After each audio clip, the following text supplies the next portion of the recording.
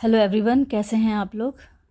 Last video में मैंने आपसे ये कहा था कि मैं अगले वीडियो में आपसे एलिमेंट्स को बैलेंस करने का तरीका बताऊंगी, कैसे बैलेंस किया जाता है जब आपके घर का नक्शा आपके पास होता है। ठीक है, उस नक्शे पे ग्रिडिंग लगी होती है लाइक दिस। ठीक है, ये नक्शा और ये उसके ऊपर ये ग्रिडिंग। ठीक है, अब आप समझ रहे होंगे कि देखिए कुछ जोन जो हैं वो कम है और कुछ जोन बढ़े हुए हैं। तो ये सारे जितने जोन हैं ये हर एक एलिमेंट का जोन होता है। एक एलिमेंट के 4, कोई 3 ऐसे रहते हैं।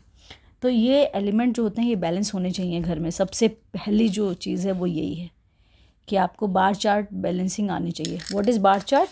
इसी के अकॉर्डिंग ड्राफ्टमैन आपको ये बार चार्ट बना के देता है।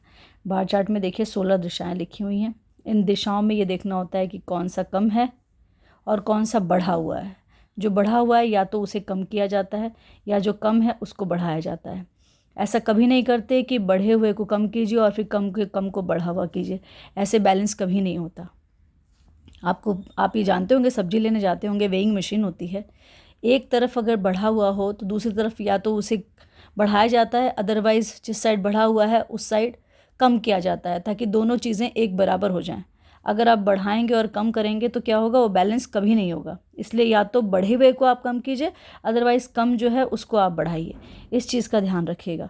ठीक है, ये बहुत बहुत ज़रूरी है क्योंकि बहुत से वास्तु कंसल्टेंट ये गलतियां कर रहे हैं और उसका भुगतान क्लाइंट्स को देना पड़ता है। इसलिए हमेशा जो बढ़ा हुआ जोन है, जो बढ़े हुए जोन है, या तो उसे कम कीजिए, अदरवाइज़ जो कम जोन है उनको बढ़ाइए। ये चीज़ हमेशा ध्यान रखिएगा। ठीक है, नेक्स्ट वीडियो में आपको बताऊंगी कि किस कलर से किस जोन को बढ़ाया जाता है और किस कलर से किस जोन को कम किया जाता है। ठीक है, थैंक यू सो मच, अपना ख्याल रखिए।